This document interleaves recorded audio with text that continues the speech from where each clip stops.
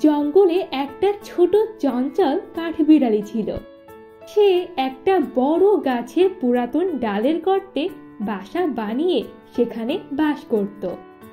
প্রতিদিন সকালে ডালপালার ফাঁক দিয়ে সূর্যের আলো তার বাসায় প্রবেশ করত। বাতাসের দোলায় গাছের পাতাগুলো ঝিরঝির করে বেজে উঠত। সবকিছু মিলিয়ে এই কাঠবিড়ালিটি তার ছোট বাসায় সুখে শান্তিতে ও আনন্দে দিন কাটাচ্ছিল। একদিন খাবার খুঁজতে গিয়ে কাঠবিড়ালিটি দুটি তোতা পাখির কথা শুনল। তারা সিংহের রাজকীয় প্রাসাদের ব্যাপারে আলোচনা করছিল। তারা বলছিল সিংহের প্রাসাদ মণিমুক্তাতে ভরা, সেখানে রয়েছে বিভিন্ন আরামায়েশের ব্যবস্থা ও সুস্বাদু খাবারে পরিপূর্ণ।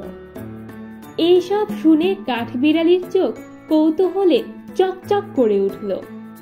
সে ভাবল এইরকম প্রাসাদে থাকা তার ছোট বাসার থেকে অনেক ভালো। কাঠবিড়ালি সিদ্ধান্ত নিল সে সিংহের প্রাসাদ দেখতে যাবে। পরদিন সকালে সে প্রাসাদের উদ্দেশ্যে রওনা হলো ও একসময় প্রাসাদের সামনে পৌঁছালো। সে দূর থেকে প্রাসাদের ভেতরের সৌন্দর্য দেখার চেষ্টা করতে লাগলো। সিংহটি ভেতর থেকে কৌতূহলী কাঠবিড়ালিকে দেখে তাকে ডেকে পাঠালো।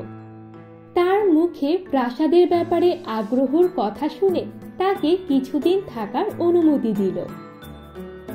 কাঠবিড়ালিটি খুশি হয়ে প্রাসাদটি ঘুরে দেখতে লাগলো এবং মনের আনন্দে সৌন্দর্য ও আরামায়েশ উপভোগ করতে লাগলো। এই প্রাসাদে সবকিছুই ছিল, কিন্তু কোনো কিছুতেই যেন কাঠবিড়ালিটি স্বস্তি পাচ্ছিল না। সারাদিন প্রাসাদে কাটানোর পর সন্ধে হতেই তার ছোট বাসার কথা মনে করে বেশ বিষণ্ণ হয়ে পড়ল। প্রাসাদের সৌন্দর্য ও আরামায়েশের চাইতে তার নিজের বাসাটাই অনেক আপন ও শান্তির মনে হতে লাগলো।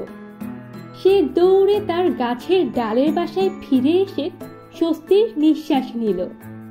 সে বুঝতে পারল একটা জাঁকজমকপূর্ণ বাড়ি সব সময় সুখের স্থান হয় না। সত্যিকারের সুখ আসে নিজস্ব বাড়ির উষ্ণতা, আরাম ও ভালোবাসা থেকে।